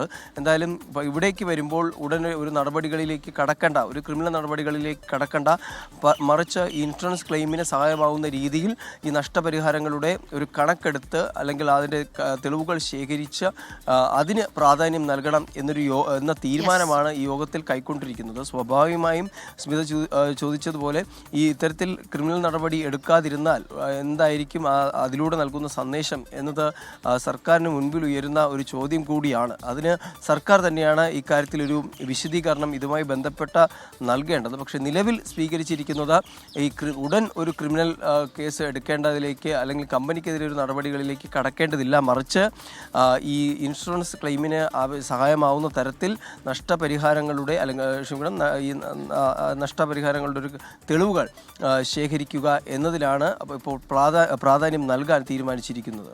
യെസ്, ആർ അച്യുതനാണ് ഡൽഹിയിൽ നിന്ന് ഈ വാർത്തയുടെ വിശദാംശങ്ങൾ നമുക്ക് നൽകിയത്. എറണാകുളം കളമശ്ശേരിയിൽ ടിപ്പർ ലോറി വൈദ്യുതി പോസ്റ്റ് തകർത്ത് കടയിലേക്ക് ഇടിച്ചു കയറിയ അപകടം. മെഡിക്കൽ കോളേജിന് സമീപം ഇന്ന് പുലർച്ചെ 5 മണിയോടുകൂടിയാണ് അപകടം നടന്നത്. അമൽ സുരേന്ദ്രനാണ് ചേരുന്നത് കൊച്ചിയിൽ നിന്ന് വിവരങ്ങളുമായി. അമൽ, ഈ സാധാരണ കടകളുടെ മുന്നിലൊക്കെ ആരെങ്കിലുമൊക്കെ കിടന്നുറങ്ങുക അങ്ങനെയൊക്കെ ഉണ്ടാകുന്നതാണ്. ഈ ദൃശ്യങ്ങൾ കണ്ടിട്ട് വലിയൊരു അപകടം തന്നെയാണ്. ഏതെങ്കിലും തരത്തിലുള്ള ആളപായം ഉണ്ടായിട്ടുണ്ടോ? ഈ ലോറി ഡ്രൈവറുടെ അവസ്ഥ എന്താണ്? ടിപ്പർ ഡ്രൈവറുടെ സ്മിത, ഏതായാലും വലിയൊരു അപകടം തന്നെയാണ്. തലനാരിഴയ്ക്കാണ്, വലിയ ആളപായമൊന്നുമില്ലാതെ ഈ അപകടം അങ്ങ് ഒഴിഞ്ഞു പോയത്. എന്തായാലും ഡ്രൈവറുടെ യാതൊരു തരത്തിലുള്ള പരിക്കും ഇപ്പോൾ ഉണ്ട് എന്ന് പറയാൻ സാധിക്കില്ല. ഏതായാലും ഇന്ന് പെരുമ്പാവൂരിൽ നിന്ന് കളമശ്ശേരി ഭാഗത്തേക്ക് 5 മണിയോടുകൂടി, പുലർച്ചെ 5 മണിയോടുകൂടി മിറ്റൽ കയറ്റി വരികയായിരുന്ന ടിപ്പർ ലോറിയാണ് അവിടെ ഉണ്ടായിരുന്ന ഒരു ഇലക്ട്രിക് പോസ്റ്റും തകർത്തുകൊണ്ട് കടയിലേക്ക് ഇടിച്ചു കയറുന്ന സാഹചര്യം ഉണ്ടായത്. താൽക്കാലികമായി അവിടുത്തെ വൈദ്യുതി എല്ലാം നിലയ്ക്കുന്ന ഒരു ഘട്ടമാണ്. അതായത് ലൈനുകളെല്ലാം പൊട്ടി റോഡിലേക്ക് കിടക്കുന്ന അങ്ങനെ ഒരു അപകട ഭീഷണി അവിടെ നിലനിൽക്കുന്നുണ്ട്. നമുക്കറിയാം, ഈ കളമശ്ശേരി ഗവൺമെന്റ് മെഡിക്കൽ കോളേജിന്റെ തൊട്ടടുത്താണ് ഈ അപകടം ഉണ്ടാകുന്നത്. അപ്പോൾ ഈ ആശുപത്രിയിൽ നിന്നും മറ്റും ആളുകൾ പുലർച്ചെ സമയത്ത് ചായ കുടിക്കാനൊക്കെ ആയിട്ട് ഈ വളവിൽ വന്നാൽ നിൽക്കാറുണ്ട്. അവിടെ നിന്നാണ് ഇവർക്ക് ചെറിയ ലഘുഭക്ഷണമൊക്കെ കഴിക്കാറുണ്ട്. അപ്പോൾ ഇവർ വിശദാംശങ്ങൾ നൽകുകയായിരുന്നു അമൽ സുരേന്ദ്രൻ കൊച്ചിയിൽ നിന്ന്. ഇതോടെ ഈ വാർത്താ ബുള്ളറ്റിൻ പൂർണ്ണമാവുകയാണ്.